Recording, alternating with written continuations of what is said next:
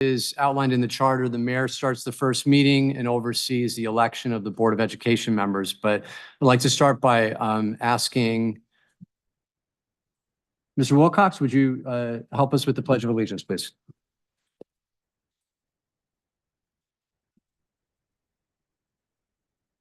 The flag of the United States of America, and to the republic which stands one nation under God, indivisible, with liberty and justice for all.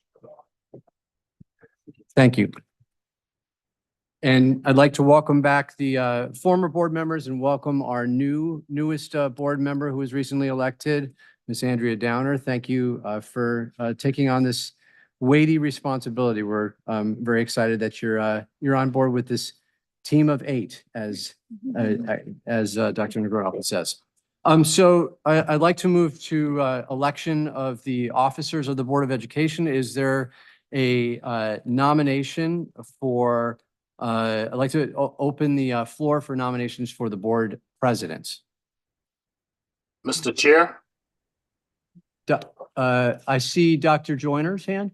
Yes, I'd like to nominate Yesenia Rivera for president of the New Haven Public School Board. While seconds are not necessary, is anybody wish to second that? Second. Mr. Wilcox seconded this. Dr. Joyner, is there anything you wish to say? Yes, Ms. Rivera has done a good job leading the board, despite the fact that she has a very, very challenging job, as do all of you. She has been classy, she has been organized, and she has been unselfishly devoted to her community. The fact that she's a graduate of our school system says a lot about what our school system offers to people who are willing to work hard and take advantage of it. And she led us through COVID. And I think there's a level of stability going forward that will allow us to do even more as a board. I'm very proud to offer her as our president, and I would urge everyone to vote for her. Thank you, Dr. Joyner. So there's a nomination for Yesenia Rivera. Are there any other nominations for president? Are there any other nominations for president? Any other nominations? Okay, I'd like to close the nominations and move to the vote. So I'll call the Board of Education members' names one by one. Dr. Joyner, how do you vote? Yes. Dr. Benitez? Yes. Dr. Yarborough? Yes. Mr. Wilcox? Yes. Mr. Musser? Yes. Madam President? Yes. Ms. Downer? Yes. And I am a yes as well. So Madam President, congratulations.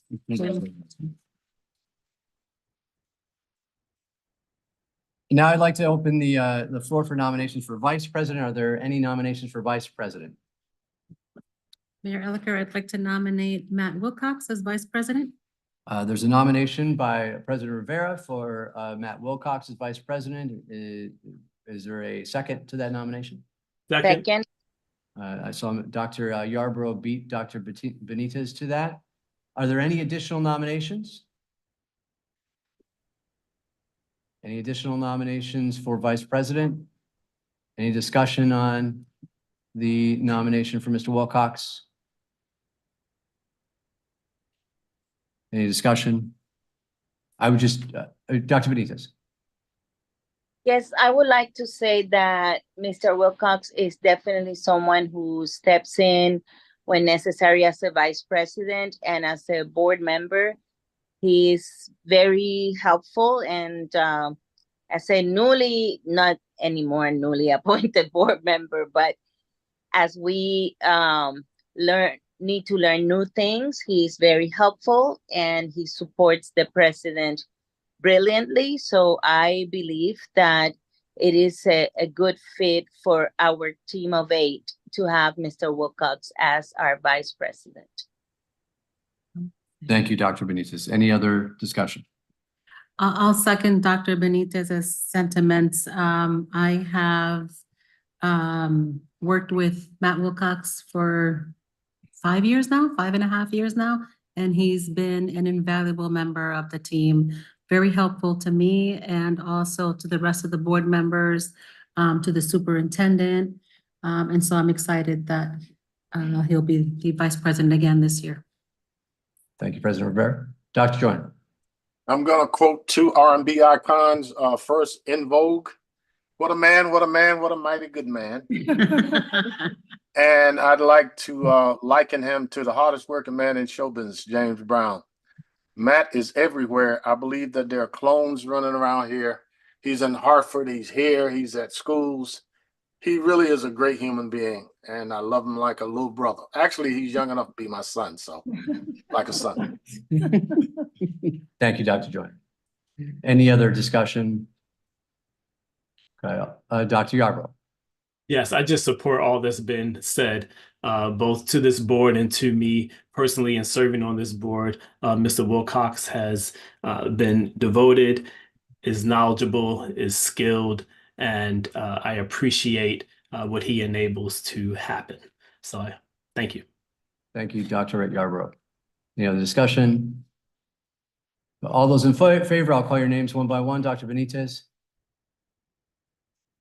Yes. Dr. Yarbrough, Yes. Dr. Joyner, Yes. Mr. Musser, Yes. Madam President, Yes. Ms. Joyner, Ms. Downer, Yes. and Mr. Wilcox. Yes. And I am a yes as well. Congratulations, Mr. Wilcox. You are the vice president. Thanks a lot, everybody. Thank you, Mr. Wilcox. And finally, I'd like to open the floor for nomination for secretary. Mr. Wilcox. Yes, I'd like to nominate Dr. Ed Joyner. There's a nomination for Dr. Joyner. Is there a second? Second. Dr. Benitez seconded that. Are there any other nominations? Any other nominations for secretary? Okay, I'll close the nomination for secretary. Any discussion on this nomination? I'll say a few words. Madam President. Thank you, Mayor Elicker. I've also worked with Dr. Joyner since I started, which was about 4.5 years ago. 5.5 will be at the end of my tenure. And I have worked very closely with him. He's been a mentor to me, and he's been very helpful to myself and the board and also to the superintendent. And so I'm very excited that he'll be the secretary again for this next year. Thank you, Madam President. Any other discussion? Mr. Wilcox. I'll just say I also deeply appreciate Dr. Ed Joyner, his depth of experience and what he brings to this board and his service as I guess our longest serving member of the board right now. So I greatly appreciate that. Thank you. Thank you, Mr. Wilcox. I saw Dr. Benitez's hand. Yes. I would like to also say that one of the things that I admire about Dr. Joyner is his historical knowledge, not just as a board member, but as a New Haven resident and as an educator. And he brings to us a wealth of knowledge that we very often can use in understanding context and the path things have taken. So I really appreciate having Ed as part of this team and having him available for any consults, any questions about history or any of the things that have happened 20 years ago that we don't want to repeat or that we should repeat if they're very good. Thank you, Dr. Benitez. Is there any other discussion? Dr. Yarbrough. Yes. Dr. Joyner, I agree with the comments that have been made. I appreciate your dedication. It's obvious, and it is also greatly appreciated by myself, and I think by many other people. I appreciate your willingness to engage those who are new to the board, as well as keep us to the high standards of the New Haven Public School District. Thank you for your example, your scholarship, your leadership, and your willingness to still be at it. Because it's easy to kind of lay down the mantle and to move on to other things. But I appreciate you for still carrying this torch for this district, even as you champion public education all over this country and world. So thank you very much. Thank you, Dr. Yarbrough. Any other discussion? Any other discussion? All those in favor of supporting Dr. Joyner to be secretary, please signify by saying aye. Dr. Yarbrough, Aye. Dr. Benitez. You're on mute, Dr. Benitez. Aye. Mr. Wilcox, Yes. Ms. Musser, Yes. Madam President, Yes. Ms. Downer, Yes. Dr. Joyner, Yes, and I am a yes as well. Congratulations, Dr. Joyner. Thank you for stepping up. thank you. And just before I hand it over to the president, I wanted to say that this job is not a job. These folks don't get paid for it, other than me because I'm mayor. And it is a ton of work for all the board members, but in particular for the 3 members of the executive committee. It amazes me that you're willing to continue to do this. We're very grateful for your service to the community. Thank you so much for everything you put into this. Madam President. Thank you, Mayor Elicker. Okay, and so for the first order, I am going to move up the superintendent's report to right before public participation, and then we'll move on to public participation afterwards. Dr. Negron? Thank you, Madam President. Happy New Year to everyone. I hope that everyone had a wonderful holiday season, celebrating whatever it is that you celebrated during this time. I want to start by saying that the safety of our students is of utmost importance to us here in the New Haven Public Schools. This morning, we were made aware of complaints brought forth by a group of parents of a pre-K classroom at County West Hill School about alleged verbal abuse. The parents made available a 20-minute audio tape to document their concerns. Upon learning about the matter, my team was deployed to County West Hill School. The Department of Children and Families was immediately notified. 1 classroom teacher lead and 2 paraprofessionals were placed on administrative leave, and 1 part-time paraprofessional pending an investigation. Mental health supports are in place, and a qualified team from early childhood will support the students while the team is out. The police department has referred the matter to the Special Victims Unit. Again, I want to reiterate that these are allegations. They are being taken very seriously and will be thoroughly investigated. I will act accordingly based on the findings.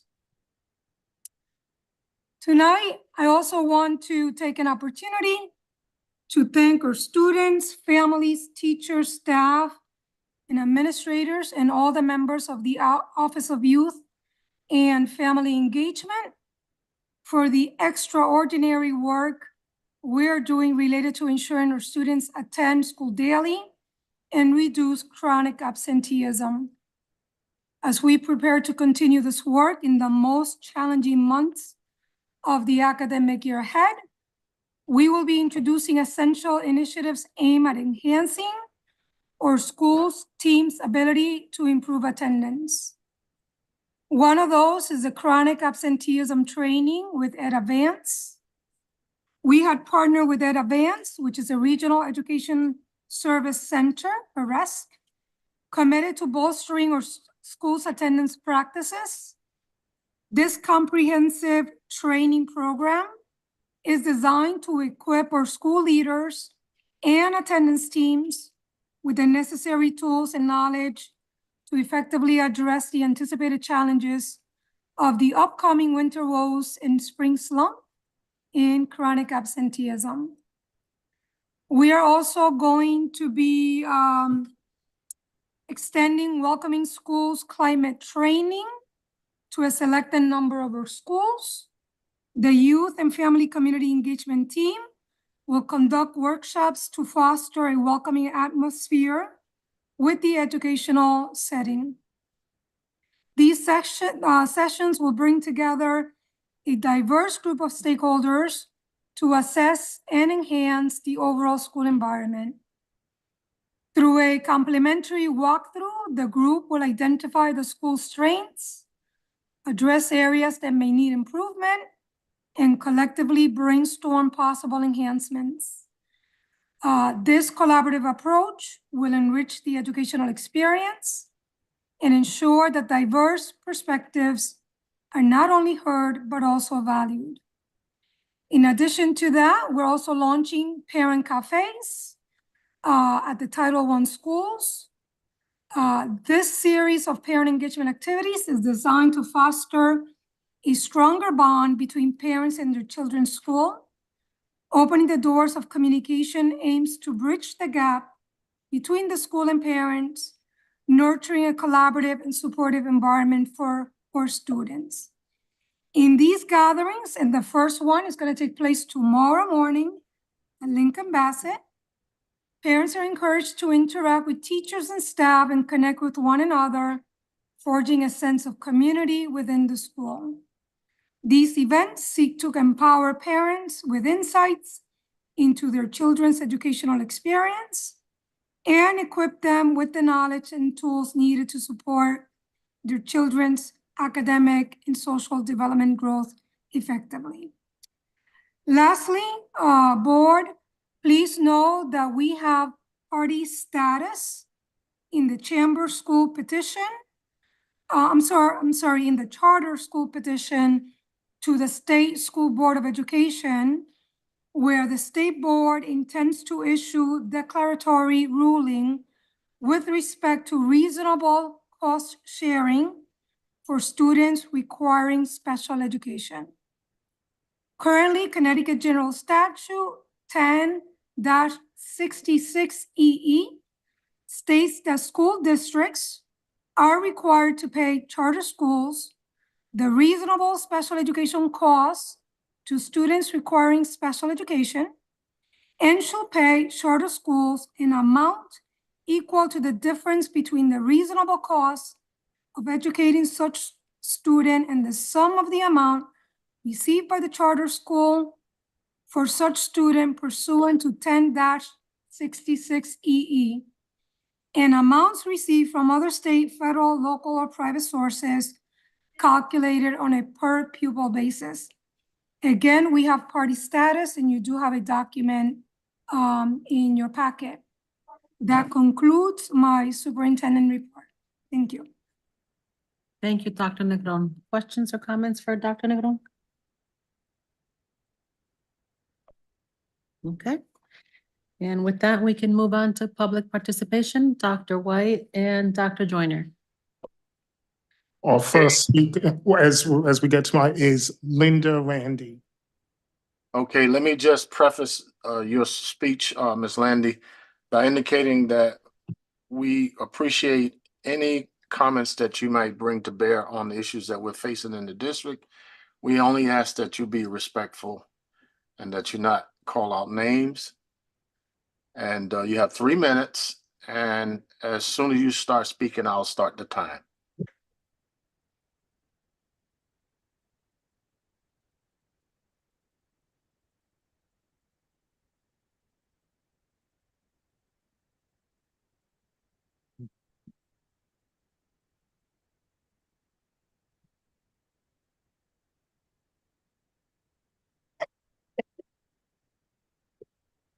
Testing. Thank you.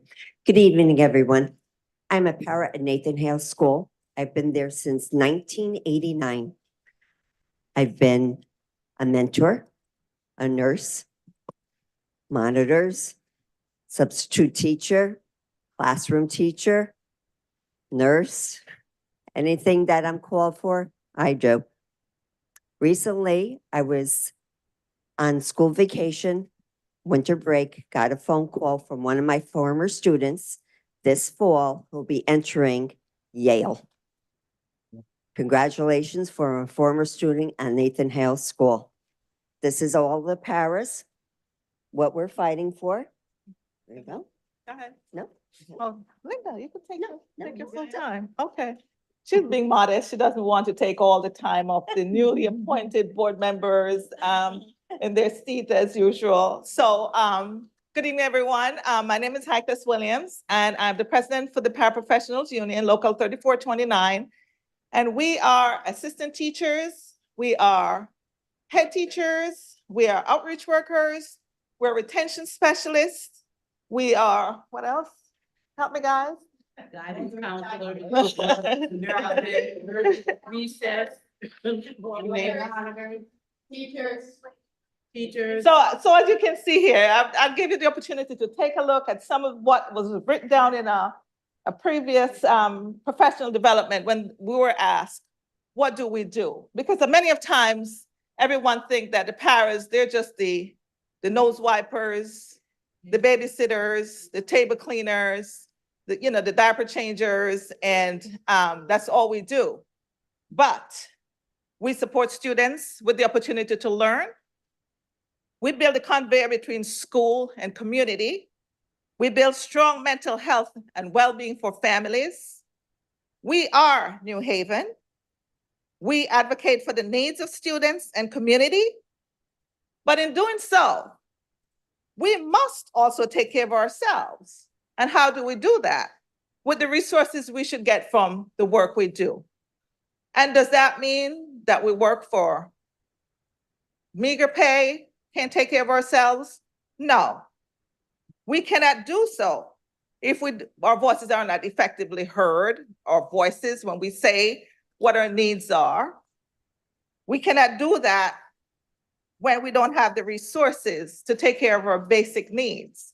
We cannot do that when we're teaching families how to be self-sufficient and how to get jobs and to better themselves, and we're at the soup kitchen with them collecting food. Then they'll look at us and say, what's the sense of you telling me to get a job? And you have a job and you can't even have food yourself. That's true. So I urge the board, I know that I think all of you have well intentions in making sure that we make decent pay. And our members had voted down the contract tentative agreement that we had.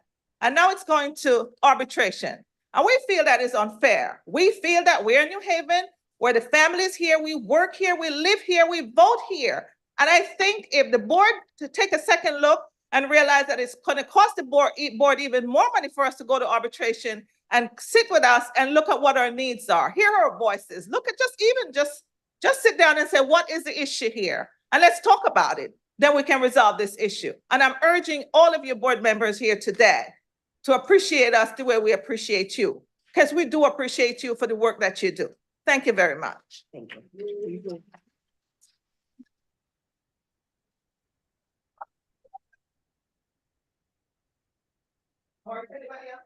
I'm a school readiness head teacher.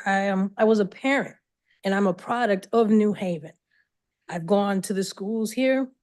I moved away, I came back home. This is my home. Point of order, Madam Chair. And Dr. Joyner? Yeah, point of order. Is this a new speaker? 'Cause yes.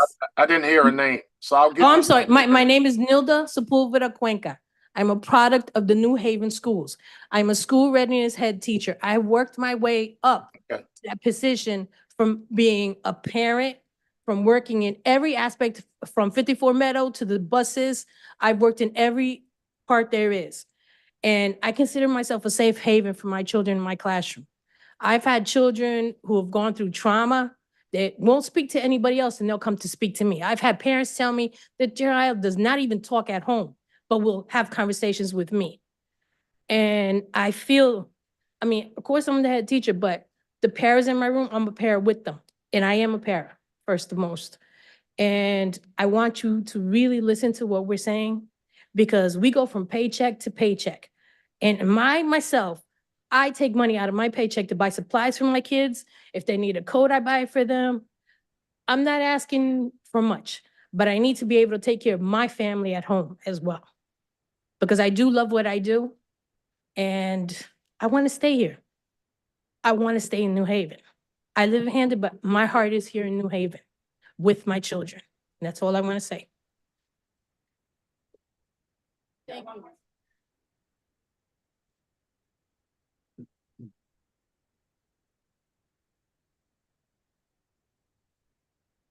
My name's Alice Coleman. I'm a para at Davis Street School, Davis Street Academy, forgive me. I've been there 28 years. 28 years. I do not monitor children. I teach children. An investment in us is an investment in New Haven Public Schools. It is time. It is well past time that we get our due, that we're able to support ourselves and our families. 28 years and basically still at the same pay scale. You need to know this. You need to know this. We do not monitor children. We teach children every single day. I care for my kids. In the moment, I still care for you. Come today, come tomorrow, come Monday, I will still care for you. Please look at us, 28 years. And I am still basically at the same pay scale. Thank you.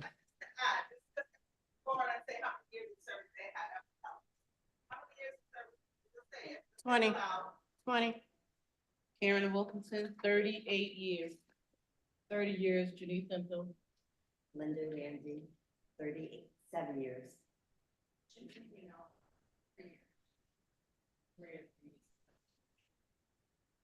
Linda Stark, 29 years.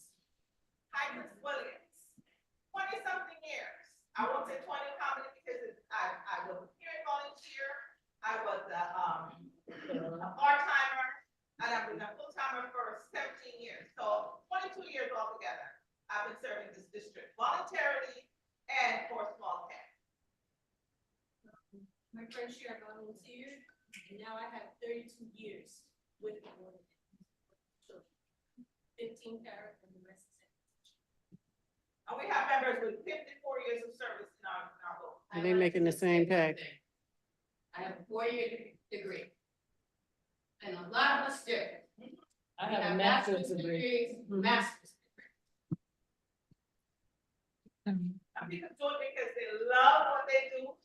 They love this job, that's why they do it, because they could find jobs elsewhere. With this small pay, we've been struggling for years, we've been fighting to get better wages, and we just have not been able to do that. And I'm hoping that this board will just take a second look at us and, just sit back at the table with us and make a difference.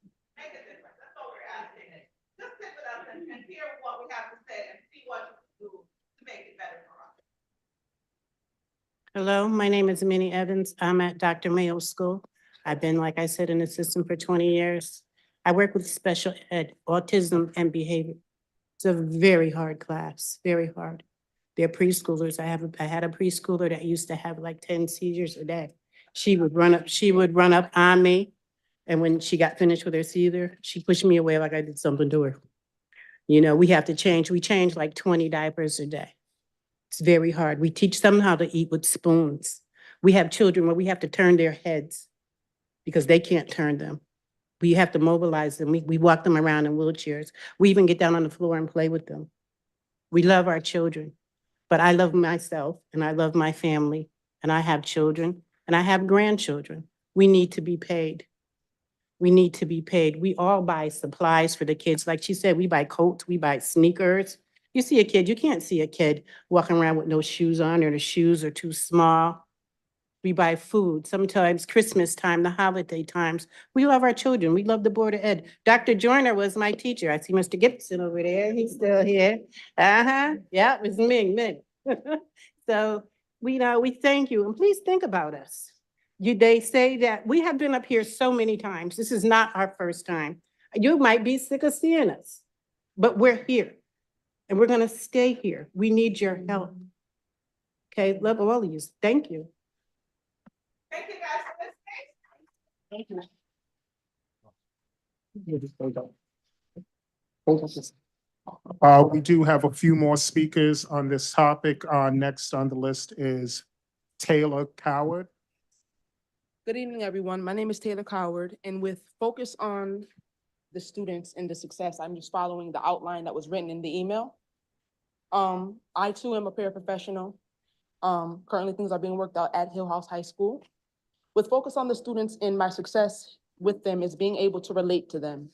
By that, I mean having an understanding that I was once a kid too, and also having the understanding that adults aren't always right, and being able to relate to the student. An example of my success with students in particular have to do with an incident that occurred, and I was able to relate to the student in a way that brought me back to when I was younger. And I gravitated immediately toward the student, not necessarily the staff, but the student, in that I saw myself in them. And I was able to talk to them and de-escalate the situation. So with me being a paraprofessional, I too stand in agreement with all the paraprofessionals for their wages. And I just hope that you can hear us out. Thank you for your time.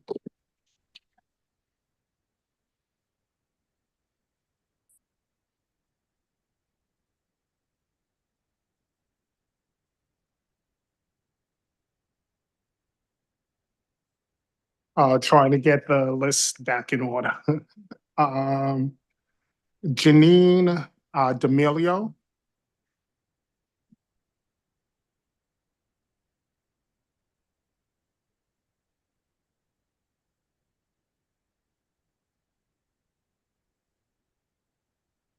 My name is Janine Dianello. I work for Brandon Rogers for 3 years. I help with students with their basic academic needs. Sometimes they don't want to work with me, but then they tell me what to do. I try my best to help the kids with their work.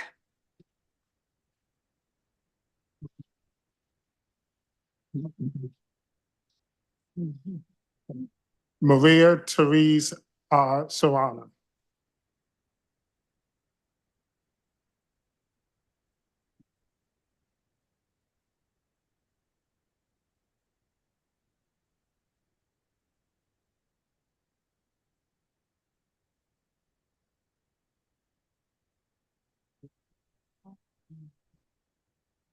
Good evening, everybody, the honorable members of the board of ed. I'm Maria Therese Serrano. This is my second time here, and I am again here to support my friends and my former colleagues in the paraprofessionals. I am a parent too, and a proud mother of John Carlos Moser, who's a student representative in the board of ed. I am currently a substitute teacher at Wilbur Cross. I teach science, but I am working to get my certification in elementary education, getting my master's at Sacred Heart University. So I am here once again to support our request, our prayer that that the board actually engage with us in a conversation, as we have presented. But one of the reasons I'm here is to actually also make it clear, like give examples of how we feel like we are being stepped on, being on the lowest rung on the ladder. And I feel, as an immigrant from the Philippines coming here, was just so shocked to see the situation. So when, as again, I've said in the previous testimony that I have worked in the different positions in the Board of Education. But one of the things that really shocked me was when they decided that I be hired as a para educator. We were called paraprofessionals at the time. And I already had, at the time that I hired me, I already had 18 units of education from Charter Oaks, early childhood, 18 units of education from Southern Connecticut State University, where I have already completed my master's in environmental education. And when they hired me, I was on step 2, and I was getting the annual compensation of 24,600 something. So I want to make it clear. Thank you so much for the extensive coverage. Our very persevering and hardworking correspondent from New Haven Independent on the plight of the para-educators, that there's a range that para-educators could get from 24,000 to 30,000. So I was having this conversation with our president, Highcliffe, and she said that majority of our paraprofessionals are actually below the 30,000 rate, which is step 4 is 32,000. So I take classes, I have taken classes at Yale, I teach every summer at Yale, and here I am working as a parent to be paid 24,000. I have personal reasons and academic reasons for doing this job because I really am curious what's wrong with our educational system. I am very invested in social justice, and I think about how do we teach with social justice in mind when our paraeducators are paid below or the poverty wages. We as a society are not actually putting, walking the talk, or, doing, there's a disconnect. So thank you for your time, and I hope you really pay attention to our paraeducators.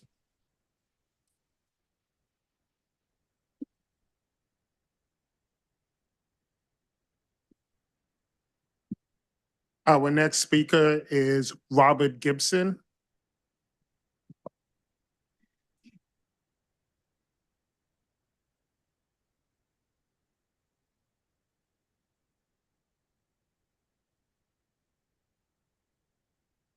Hi, my name is Robert Gibson, and I am a product of the New Haven Public Schools. A graduate of Hill House High School in the class of 1972. After graduating from Hill House and going to college, I came back to Hill House, and I taught there as a history teacher and school librarian for 35 years. I've been retired 13 years, it's hard to believe. But in none of that time that I've been retired have I ceased to be concerned about what goes on at Hill House. And I have visited the school more than once a year during that time, during those years. I have been an advocate for Hill House since 1968 when I entered the building as a student. And I've known every principal, save one, since that time. And one of my reasons here today for coming is just to draw to the board's attention and the public attention of the history and legacy of Hill House High School. If I were to ask the average New Havener to name the 3 oldest academic institutions in this city, I wonder if most would know the answer to that question. The oldest academic institution in New Haven is Hopkins, started in the 17th century. The second oldest is Yale, started in the 18th century. The third oldest is James Hill House High School, started in 1859. It is the oldest public school in New Haven. It is the oldest high school in the region. Before there was such a term as a magnet school, Hill House was a magnet school because it was the only high school in this county. Everybody sent their kids to Hill House for many decades until some of the suburban communities started their own high schools. I'm a proud graduate of Hill House High School. Over those years, I've taught probably more than 3,000 students. I keep in touch with as many of them as I can. I'm proud today to see seated on the board one of my students, Andrea Downer, as a new board member. One of the things I'd like the board to do is recognize the facts that I've mentioned. Hill House has a long history, a long legacy, a long heritage, and alumni are very concerned about what goes on in the school, and we're watching. And I think, I've never heard of this before, but I think it will be an important effort on the part of the school administration and the board, not just for Hill House, but I'm speaking today for Hill House. We have alumni all over this city, all over this state, across the country, and in some foreign countries. And we can serve as role models, mentors, advisors to both students and staff. And our collective wisdom should be tapped for the current generation of Hill House students. During this year, Hill House will celebrate its 165th anniversary. And I know that there are some plans underway already among some of the staff and administrators to celebrate that. And I urge the board to be involved, to participate, to help support their efforts, our efforts to celebrate our school. Hill House is known as the academics. And although Hill House has taken a lot of darts and slams, criticisms and attacks, the alumni of Hill House High School can tell you that Hill House helped prepare them in many ways to be successes in the life and the careers that they undertook. And so I appeal on behalf of alumni everywhere and on behalf of current students and staff that the board, the leadership, the mayor's office, the mayor himself, and others, this is an effort and that, if done right, can bring together parents, teachers, current students, alumni, together to be a coalition to help strengthen Hill House High School. Not many weeks ago, I read in the paper that there were some staff members that were concerned about some current issues. I hope that those issues are addressed and we will be watching. Thank you. Madam Chair, I hated to call time on my most brilliant student, Robert Gibson, because he has so many great things to say, but I'm going to ask people to follow to please observe the 3-minute time limit per person. But I'm so proud of him. Our next speaker is Ashley Santana.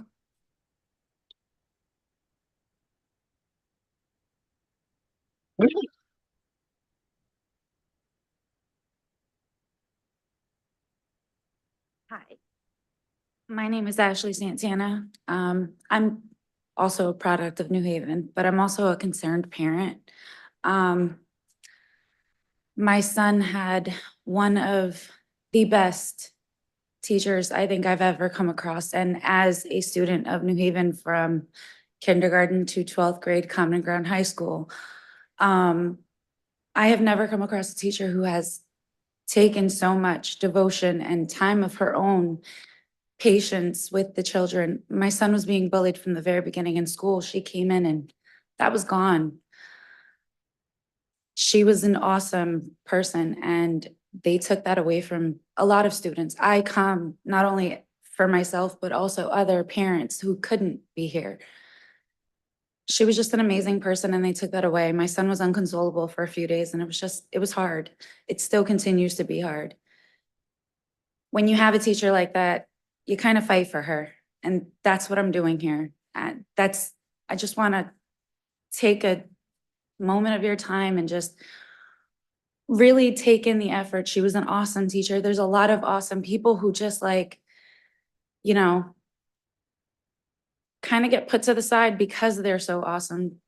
Truman School is okay in its own way, but that teacher really put her heart and soul into every single one of those children. And still to this day, they ask about her. I don't know. I'm sorry. I just hope you guys take into consideration. Thank you.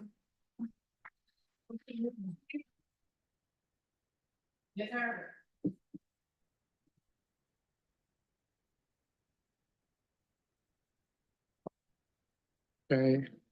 At this time, we're moving on to the online hands. First up, Agne Goldsby.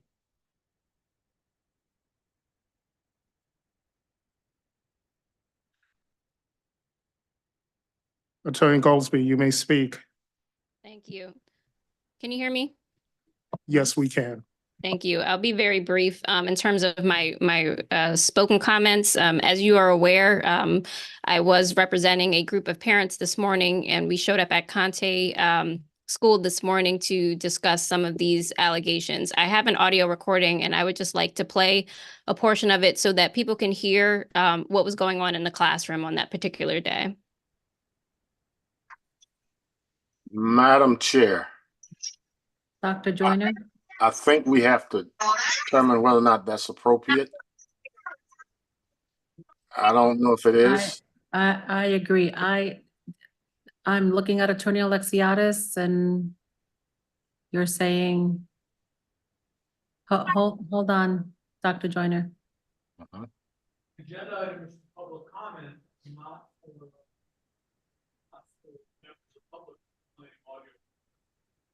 Okay. Okay, so the recording would be inappropriate, but you can give public comment. I still feel like the recording Okay. could be played, but it's fine. I would rather defer my time to the other parents that are in this room. But I think, one thing I will say as an attorney, you all know that it is very important that when people bring their children to school, they are required, you as a school district, you are required to keep their children safe. And these parents are outraged by the fact that this was going on for so long. This is not new. This is something that has been complained about for several months. And quite frankly, since this morning, my phone has been ringing off the hook of other parents in different grades complaining about the school just not answering their issues with other students that have special education IEPs. I've heard from multiple parents that said that they have concerns that their children are afraid to go to school each and every day. So this is a problem that needs to be addressed outside of just the classroom that was brought up today. And so I just make some, hard recommendations to the board and to those that are at this school to maybe consider doing some training, because there's clearly something going wrong at that school. And if it is not dealt with, it will continue to be an issue. We need to educate these children and make sure we're educating them and keeping them safe.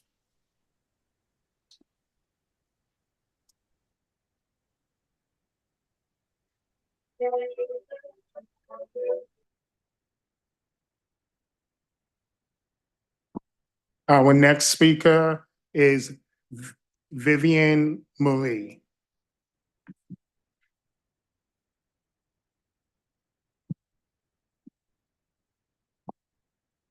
Vivian Marie.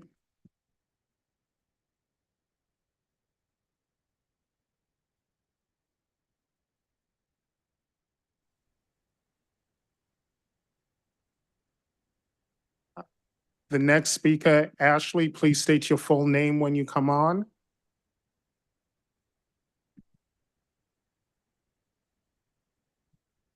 Hello, can you guys hear me? Yes, we can. Hi, my name is Giovanni Morales. I am here with my wife, Ashley Negron. We are unfortunately one of the parents of a student, a pre-K student that was involved in the recording in the incident that was reported this morning. We have a few questions that we would like to ask the board. What is the protocol during the investigation? I believe some of them, or they have said that it was the person that were on paid leave. We would like to know how that works on paid leave, And second of all, I believe when it comes to our children, there shouldn't be second chances for us to trust people or anyone in general. How can we regain trust in the school system when we feel that it has completely failed us when it comes to protecting our children? Third of all, will parents be allowed to shadow or a gradual entry in the schools? Like right now, there is a policy that parents are not allowed to enter the school at any moment. We have to drop off the kids outside and wait for them outside when we pick them up in the afternoon. Will that eventually change since we just had this incident happen? Now, the new staff, with the new staff that you guys have put in, would that be their permanent staff? Would it change eventually? And my last question is, is it possible for us to get school transfer in the middle of the year?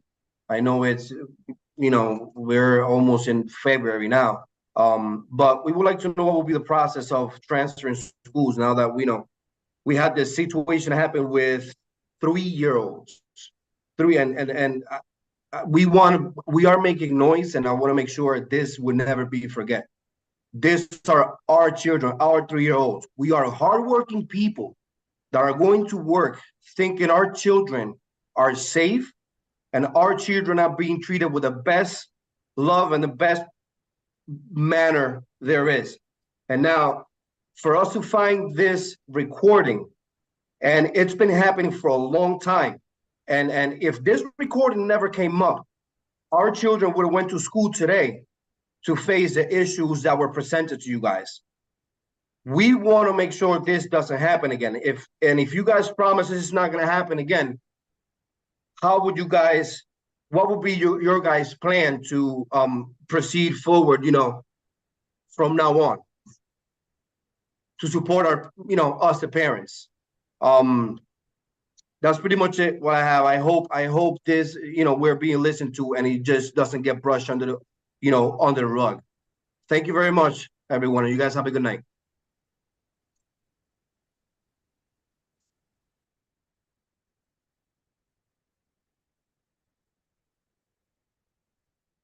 We'll try again, Vivian Marie.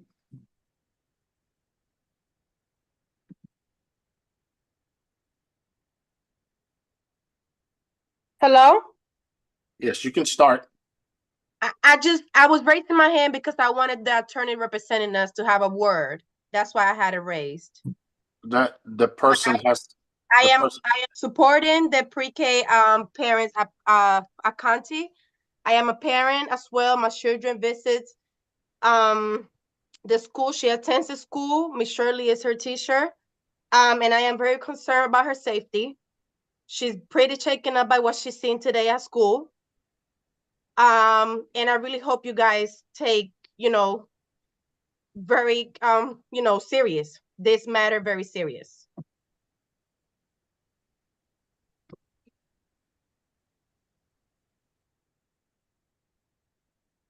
Madam President, that concludes hands raised.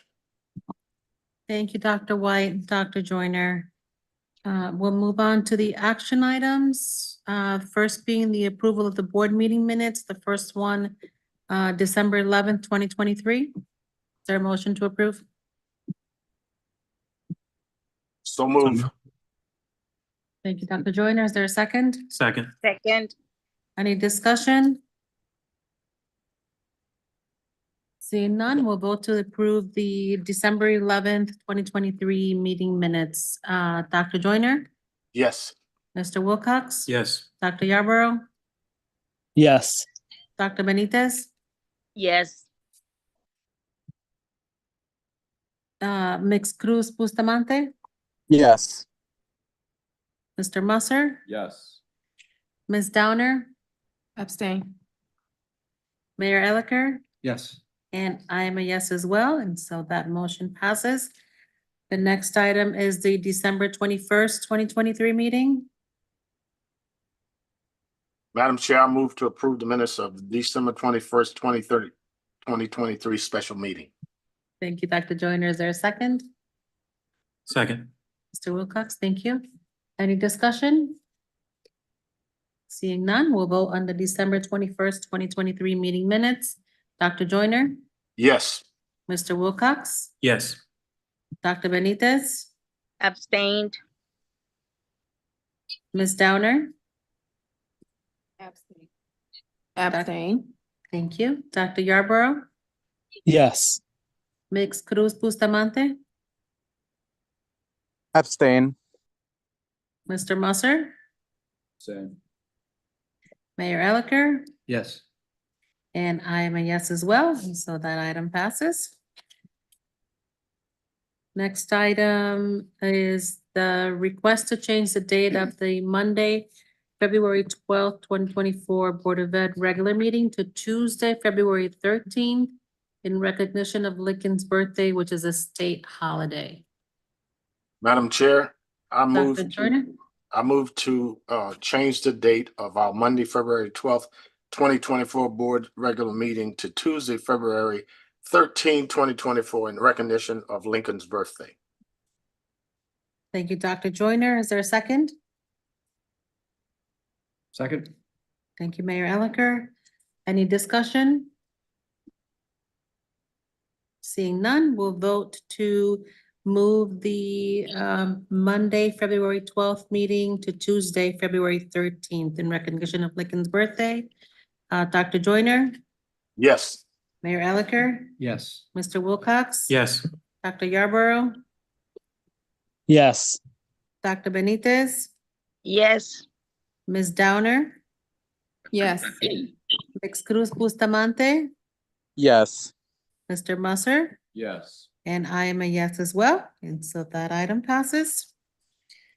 Next item is the personnel report. Dr. Negron?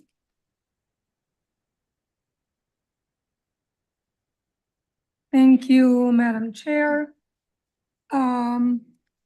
Few things I want to highlight in the personnel report, if I may. In your packet, you will see that 5 administrators have submitted their letter of intent to retire at the end of this academic year. I want to express my gratitude to these administrators for their many, many, many years of dedicated service to the students and families of the New Haven Public Schools and to the community at large. I also appreciate the ample notice that they have afforded us to allow us time to recruit qualified candidates to fill the big shoes that they are indeed going to be leaving behind. So first we have Dr. Glynis King Harrell, Supervisor of Speech and Hearing, who has served for 42 years in urban education in Chicago and New Haven, of which he has served 32 years with the New Haven Public Schools. Second, we have Pedro Mendia Landa, Director of Multilingual Learner Programs, who has served 35 years in various roles during his tenure here with the New Haven Public Schools.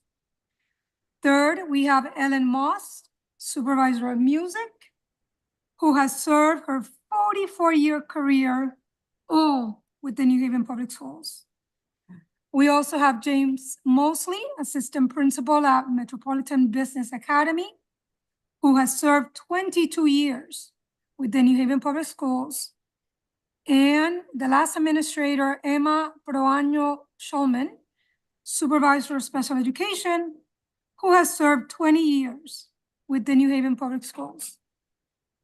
I also want to acknowledge and extend my appreciation to Nereida Feliciano, who retired on December 31st of 2023. Ms. Feliciano served meals to her NHPS students for a total of 24 years.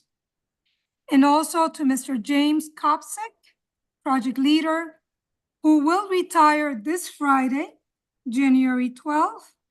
Over the years, he has provided much technical support to all of the schools inside of the New Haven Public Schools.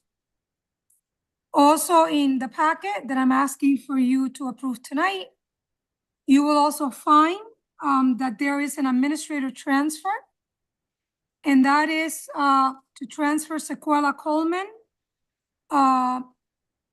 transferring from MBA to building principal to become the supervisor of student transfers and transportation. Ms. Coleman's extensive leadership experience, as well as the various roles she's held within the district, will be an excellent fit for the position again of supervisor of student transfer and transportation. And lastly, I am making 2 recommendations to leadership appointments for your approval. I don't know if you would like me to go through this now or, okay, Sure, yeah. So I'll do it now. First, I am recommending Carolyn Harda for Assistant Director of Early Learning Programs. Ms. Harda comes to New Haven Public Schools with 35 years of experience as an inspirational educator and leader within early learning programs with Hartford Public Schools, Correct and Learn. She has enjoyed roles as a pre-K grade 3 teacher, literacy specialist, early childhood coach, and building principal. She hopes to contribute to the leadership work of the early learning programs by bolstering a welcoming, safe, and secure organizational culture, recruiting, retaining, and building the capacity of all staff, leveraging resources equitably and strategically, empowering families and community partners, and championing play-based experiences, propelling young learners to rise to the brightest of futures. She is with us today, so at the end, if once you make approval, she will be happy to share some remarks. I am also very happy and thrilled to finally, after months of searching, to bring forth a recommendation for the next principal of James Hillhouse High School. Before I do so, I once again want to take a minute to thank the Hillhouse SPMT for the numerous hours they dedicated to interviewing highly qualified candidates during the principal search process. I also want to extend my gratitude to Peggy Moore, who is here with us tonight.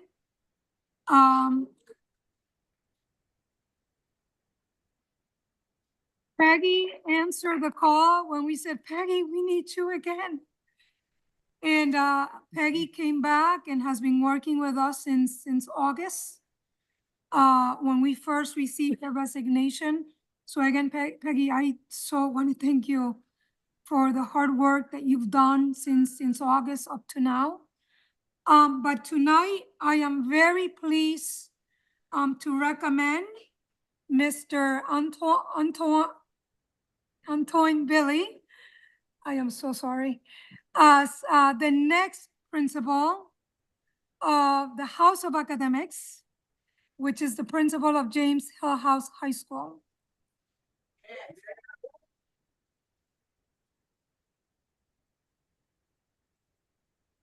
Mr.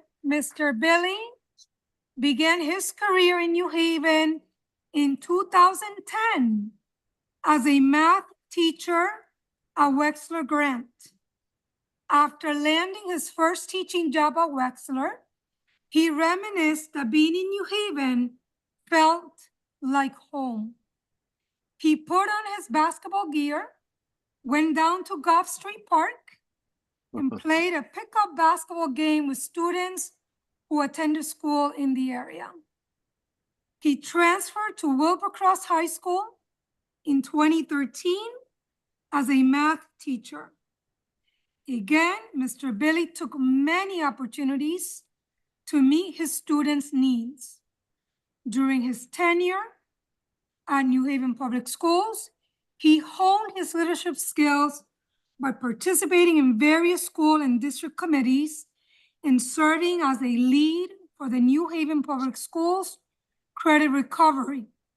In 2017, he accepted a position as an associate principal at New Britain High School, the third largest high school in our state, servicing over 2,300 students. Mr. Billy grew up in Harlem. It was instilled in him by his grandmother and mother that education would be the best way to change his family's trajectory. He attended Western Connecticut State University, where he received a Bachelor of Arts in Mathematics and a Master's of Arts in Teaching. And he is currently in the process of defending his dissertation entitled Perceptions of Black and Latino High School Males Regarding Their Attitudes Towards School and of Hopefulness. He will obtain a doctorate in education for instructional leadership in January of 2024. He credits his second grade teacher, Miss Young, for inspiring him to become a teacher. To quote Mr. Billy, Miss Young treated me with the utmost respect and fed me when I was hungry. This was despite my troublesome classroom behaviors. Every day in Miss Young's class was new, and she never made me feel as if yesterday would stand in the way of my tomorrow. Yeah. Mr. Billy leads with the same compassion. Mr. Billy is not only a dedicated educator, always putting the needs of students at the forefront of everything he does, but he is also well-versed in curriculum development and implementation, multi-tier systems of support, data analysis, and data-driven decision-making, strategic long-term and short-term planning, the budget process, grant writing and implementation, and the social and emotional development of students.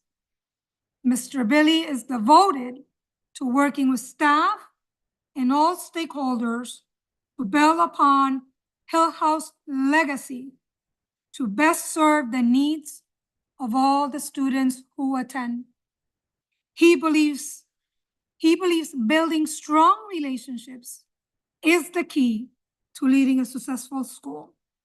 He is committed to collaborating with staff, students, families, central office, and the community members to leverage the unique qualities of Hill House and continue the great work rooted at Hill House High School. So those are my recommendations for you tonight. Thank you, Dr. Negron. Is there a motion to approve the action items on the personnel report? Madam Chair, I move to approve the action items on the personnel report. Thank you, Dr. Joyner. Is there a second? I second. Thank you, Dr. Benitez. Any discussion? Seeing none, we'll vote to approve the action items on the personnel report. Dr. Joyner, Yes. Dr. Benitez, Yes. Mr. Wilcox, Yes. Dr. Yarborough, Yes. Ms. Downer, Yes. Ms. Cruz Bustamante, Yes. Mr. Musser, Yes. Mayor Elicker, Yes.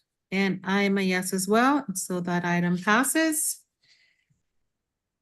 Congratulations to the retirees and the new hires.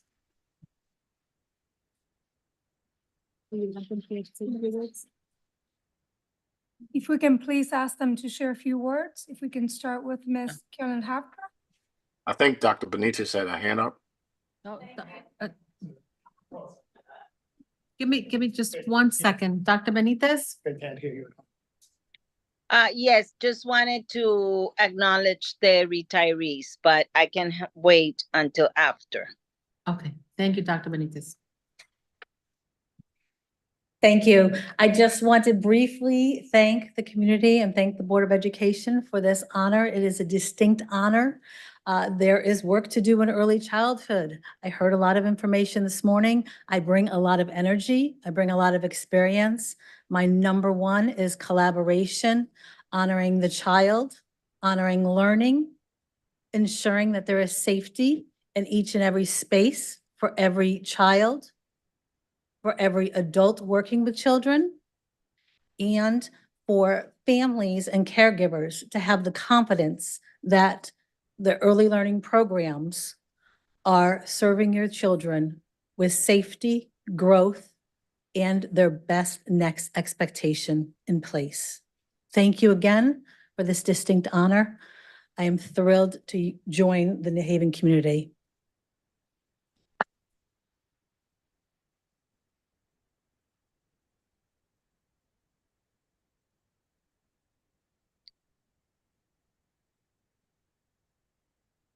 Wow. That was a lot, but thank you. It's an honor to be here, honestly. at this podium. I want to say thank you to the board, to Superintendent Negron, for giving me this opportunity. I don't take this lightly. I sincerely don't take this lightly. I want to say thank you to my family, to all those that have supported me throughout this journey, to my wife, Kimberly, right? That's I call her my homegirl. That's my rock, right? So, you know, she pushes me. She doesn't accept anything less from out of me. New Haven has always been a home for me. I have a former student in the back, Mr. Hunt, right? He has a lot. He does a lot. And Good. he knows that I went to Gulf Street Park and I probably won, not gonna lie. But New Haven has inspired me to educate our students to reach their highest potential in life. And I'm looking forward to collaborating with the staff and community of Hill House to push our students to be their very best. This will be a journey that will allow us to learn from each other and hold each other accountable to our actions that affect students. Our students need us to be our very, very best. And to the community, I'm looking forward to the partnership to make Hill House the place where students can pursue their dreams and aspirations in life. We can and we will do this together. And to close, I want to read a poem into your hearing that was actually given to me by Miss Young. The name of the people call it A Dream Deferred, but it really, the title of the poem is called Harlem, right? And says, what happens to a dream deferred?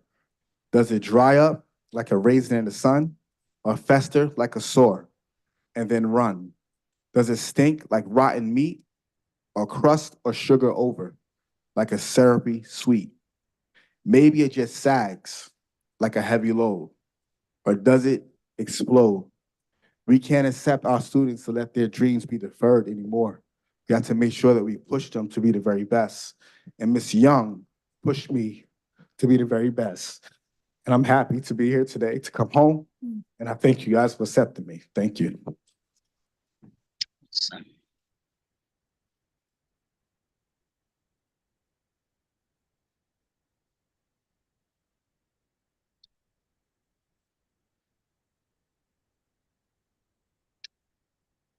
Move on to the next item, finance and operations. No.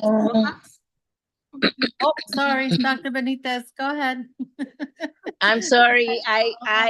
You have to understand. I feel like this cadre that's retiring is like my group of people who supported me for so many years in so many of the roles they had. And so I want to say that we appreciate the work they've done, and we appreciate the support they always gave to each other and to all of us who were their colleagues. And we certainly are going to miss to see those faces. And I mean all of them. I cannot pick one of them to be the one that I saw the most, because I saw them all the time. So congratulations on your retirement. Trust me, it's going to be better. You're going to have time to breathe. You're going to have coffee at 10 in the morning, not at 5, and you're going to enjoy it. So have a great retirement and hope to see you around.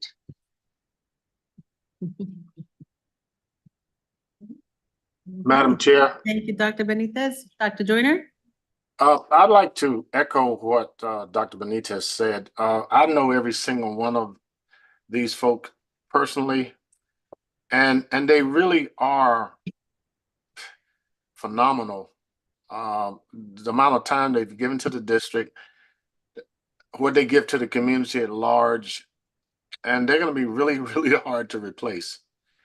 Not only are they great educators, but they are social activists. I think they came into education to try to change the world.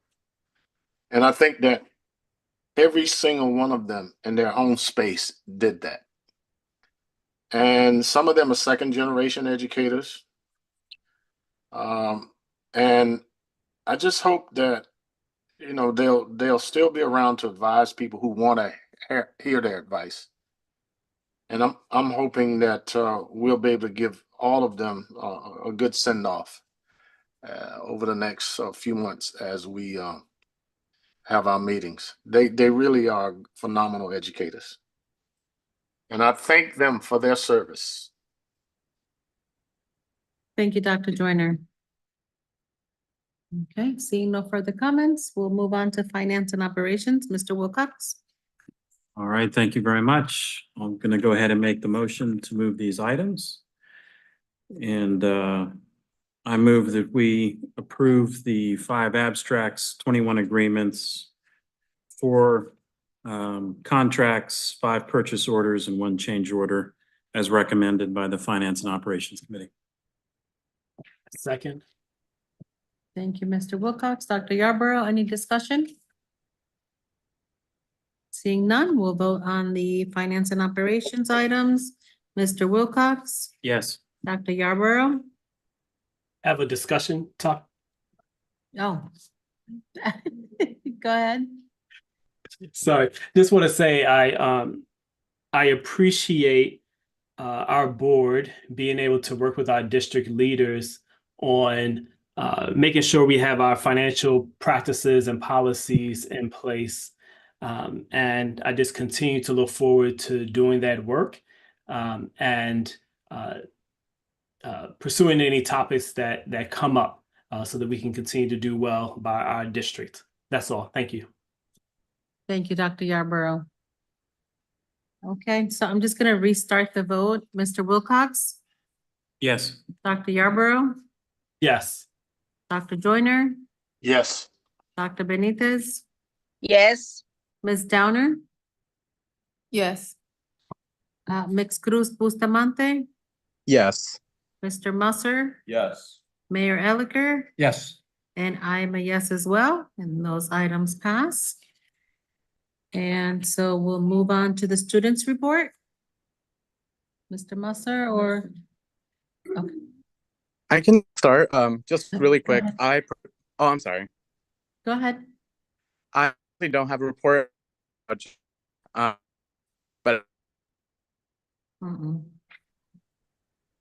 I feel like we often don't really acknowledge them during meetings, and today I want to say thank you. Ms. Cruz So sad. Bustamante, we're not getting everything. You're getting like every other word. Oh, You're cutting can you hear off. me? Yeah, we can now. Okay. I was just gonna say, I wanted to thank the members of the community for their testimony today, because I feel thank you seriously to folks, and I have nothing else to. I think we got the gist of what you were trying to say. Thank you. Any questions or comments for Ms. Cruz Bustamante? Okay, and we'll move on to teaching and learning report. Dr. Joyner?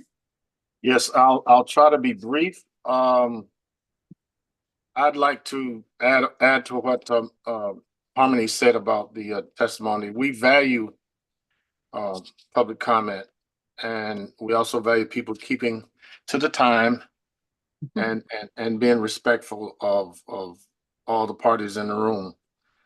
As far as teaching and learning is concerned, Dr. Negron has really gotten us off to a good start with respect to training. As we speak, we have people at Harvard now being trained so that we can generate the kind of data reports that we're going to need in order to evaluate our programs.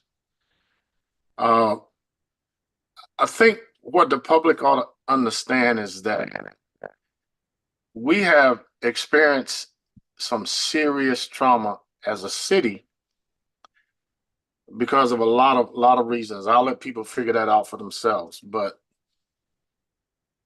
COVID certainly hasn't helped, and the world context and the national context in terms of conflict and lying and that sort of thing is not helpful to children or adults. And we also have had some leadership gaps over the last 10 years. And I feel that we finally have people in place, at least on the board, leadership of the board, and the leadership of the city, so that we can rebuild a village. You know, people talk about it takes a village. Yeah, that's a nice little thing to say, but you can't take a village until you build a village. And you build a village based on what is moral, what is righteous, what is fair. And everybody in that village has to do their part. Kids have to come to school and be respectful. Teachers have to be professional. Leaders have to support the people in their buildings. The district has to support the buildings, the mayor, alders, all of us. But fundamentally, in order to have a good teaching and learning climate, you have to have a safe and orderly environment. And I think you heard that from the parents. People need to know that when they send their children to school, they're going to be safe. Not just safe from adults, but safe from other kids. And that people will be orderly. And teachers need to be able to teach in peace. And administrators need to be able to make sure that their buildings are well run, safe, and orderly. And unfortunately, we've taken some hits in almost all of our institutions. And we're going to have to resolve to rebuild the village and build a village around what is in the best interest of the greatest number. We're also going to have to realize that we have limited resources. And we're going to have to make those resources count. We cannot spend money on frivolous things. We have to really, really take care of business in terms of facilities, keep our places in repair. And we need more support from the state if they say that we're supposed to be working in the best interest of children. So going forward, I believe that we do have the leadership at the very top, at the board, at the city. And I believe that our building leaders are going to have to make sure that they're doing what they have to do and that our professionals are going to have to do it as well. But we also need more support from children and parents. No one has a right to come to school and disturb the peace, no matter who that person is, whether it's a child, a teacher, an administrator, or what have you. And I commend those parents at Conti for the class that they displayed in bringing their grievances forward. And I look forward to our talking to them so that we can ensure that they can trust us and that when their children are in school, they're in the safest space that we can provide. And going forward, that's how we're going to try to create the kind of policy through teaching and learning that will make that happen. And Dr. Negron and her staff are putting together, even as we speak, the agenda for TNL so that we can make sure our policies are in order and we can have information and data and evidence to evaluate what we're trying to do.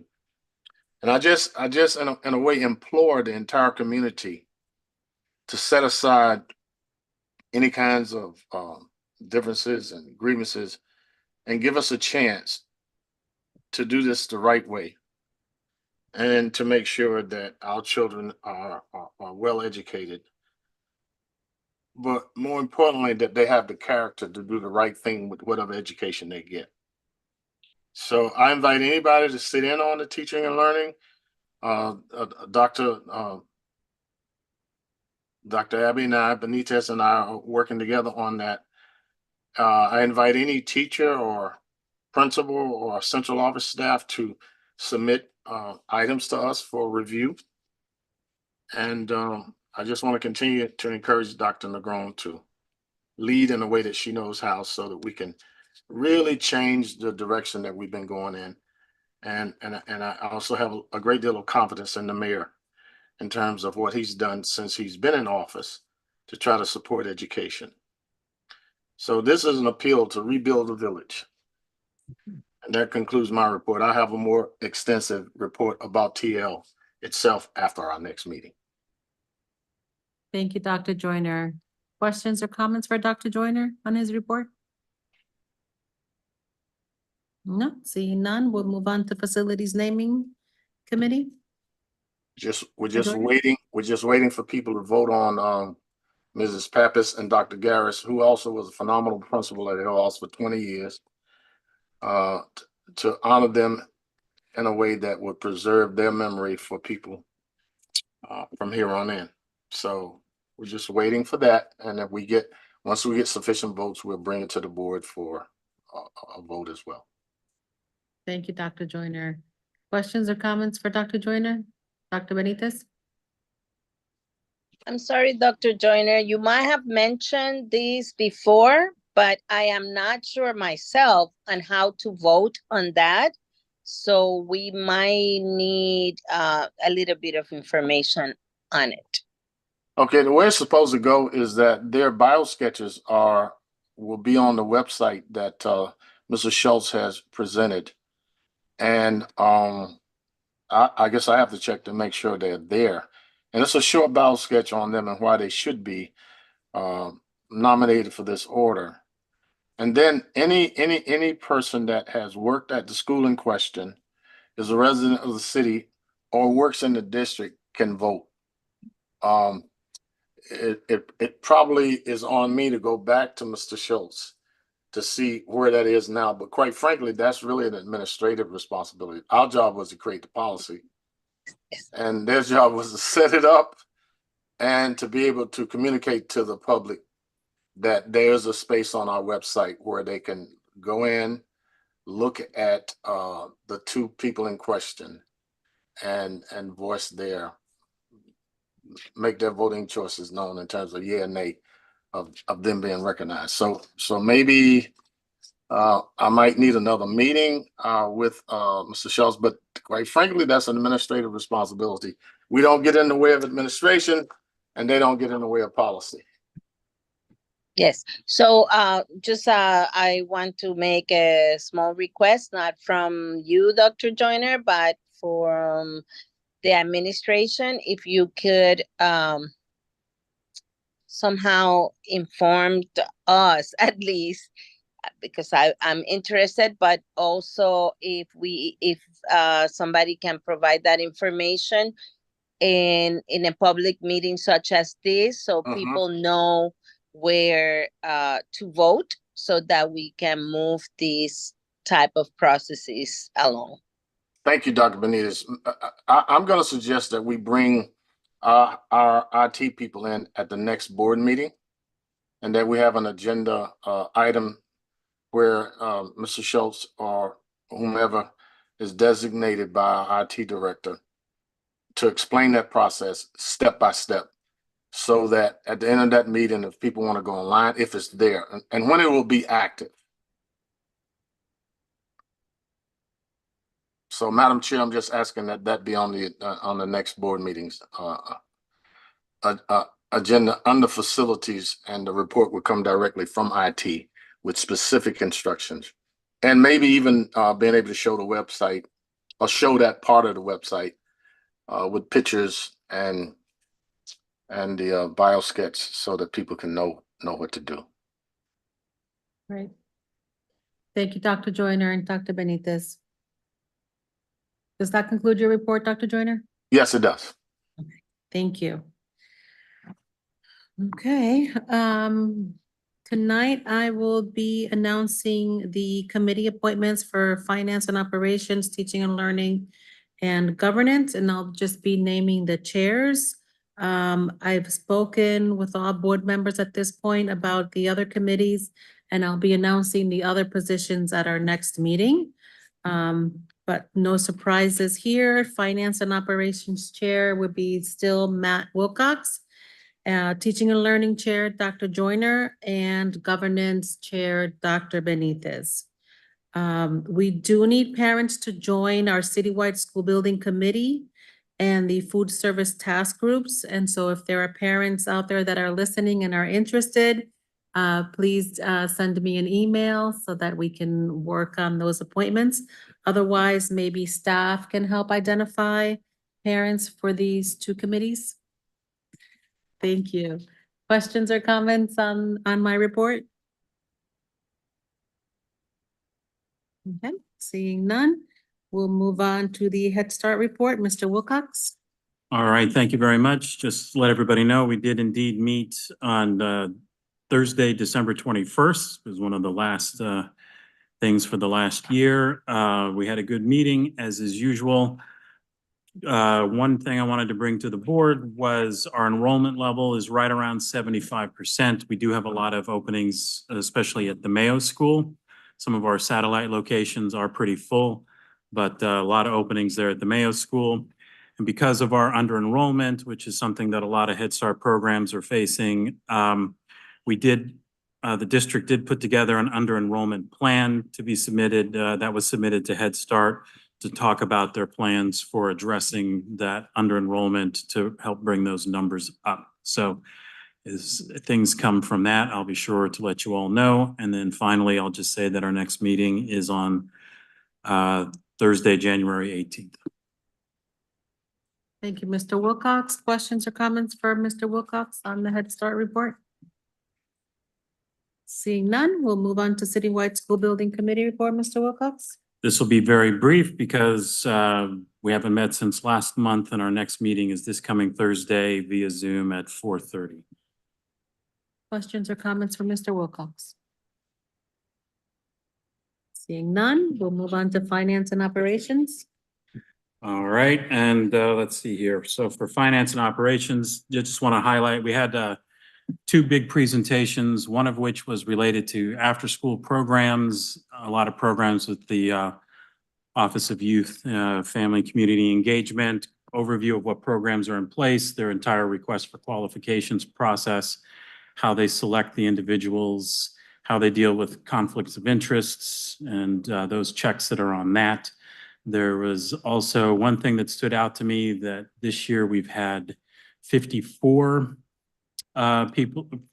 groups applying to be part of these programs, whereas the previous year, I think we had 40, I want to say 45 or 43 in the previous year. So there are more folks that are applying to be in these programs.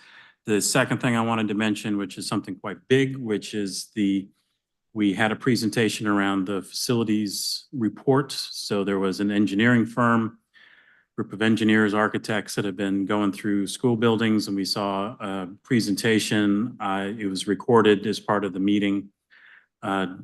Invite everybody to take a look at that. In addition to that presentation, there's also the full 500-page report was not in our packets, but is posted online. So that for your edification.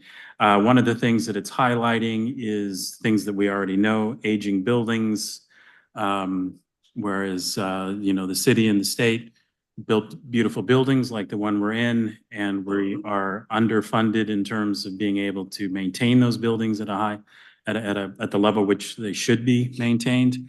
In spite of everybody's hard work, there's a lot of patching as opposed to the planning that would happen. If I remember correctly, a previous chief financial officer mentioned that in districts he's been involved in, he spent as many, I think, on 12 buildings as we're spending on 45 buildings. So that's just some of the realities that we're dealing with, but this is a first really important step to take a look at those, to really start to nail down where the issues are. The report also includes enrollment information, enrollment trends, population of the city, a whole variety of things. I've just started. I'm about 20 pages into the 500, but there's a lot of backup data. It's not 500 pages of report. It's probably 100 pages of report and about 400 pages of backup. So, but I do invite everybody to take a look at this. This is something that we're going to be hearing about more and more over the next several months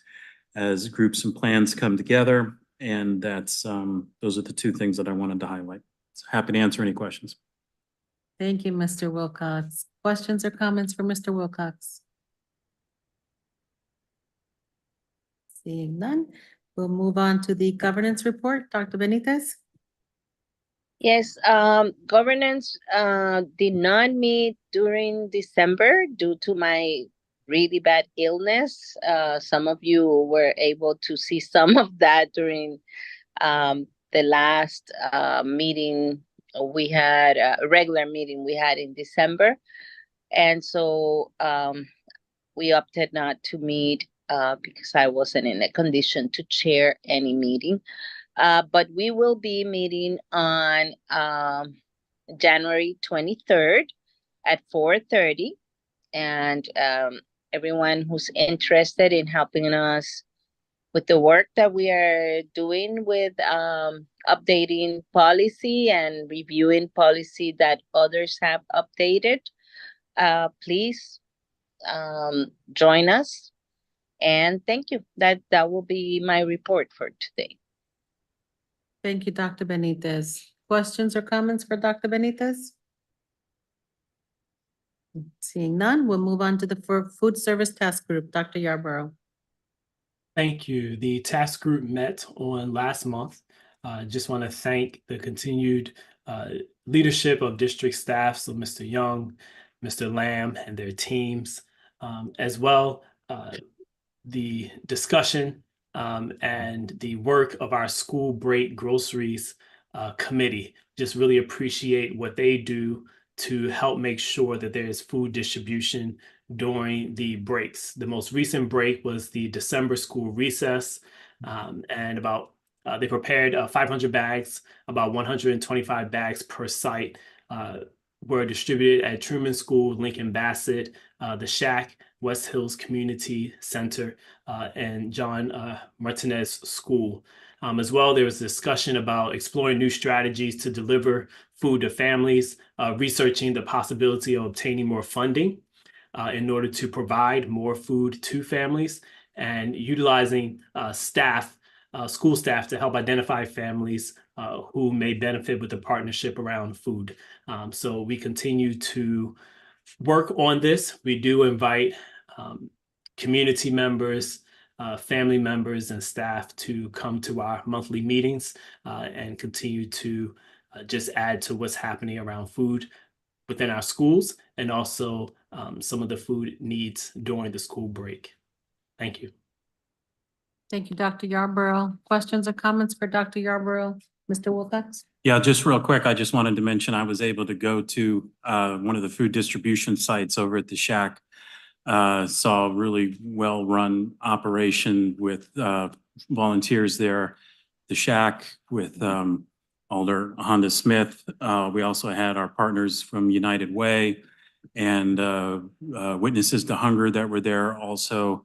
And there were some district employees, food service folks. So just wanted to thank everybody. In addition to the food, there was the bags of food that were distributed. The folks at the Shack were also distributing a variety of things, diapers, toiletry items, feminine products, et cetera. So it's just, a lot of need was met. And then the other thing that's just was, difficult to see is that everything ran out pretty quick. So, and my understanding is that was that at all the other sites. And so work is happening to try to increase the bags of food that can be distributed in the future. So, but it was great effort. And I think people were appreciative of it. So just want to thank everybody. Thank you, Mr. Wilcox. Okay, that was our last item on the agenda. And so I'll entertain a motion to adjourn. Dr. Joyner? Grace? I move to adjourn the meeting. I thought you had a question for me, Dr. Joyner. I did actually. I did. I'm sorry. No, it's fine. It's fine. No, I really do. I really do. And it really piggybacks on what Matt just said about the Shack. I'm sorry, everyone. As well as the work that our new board member has been doing for years with students. I'm serious about this rebuild the village thing because we cannot do this work by ourselves. And what they're doing over in West Hills with the Shack and what Andrea Atkinson Downer has been doing just about all her life in terms of reaching out to kids that need support in math and also encouragement. And what you do, Dr. Yarborough, with mentoring and everybody on this board, we can't have people that just criticize. We got to have people that help too. I think it was Abraham Lincoln that said, "He who has the heart to help can criticize." So I'm going to be pushing this as long as I breathe. That we gotta rebuild this village, And I can move to adjourn after that, though. Thank you, Dr. Joyner. Is there a Second. second? Second. It's been very properly seconded. Mr. Wilcox, Oh, yes. Dr. Joyner, Yes. Dr. Yarborough, Yes. Dr. Benitez, Yes. Ms. Downer, Yes. Harmony is gone. Mr. Musser, Yes. Mayor Elicker, Yes. and I am a yes as well. Thank you. Good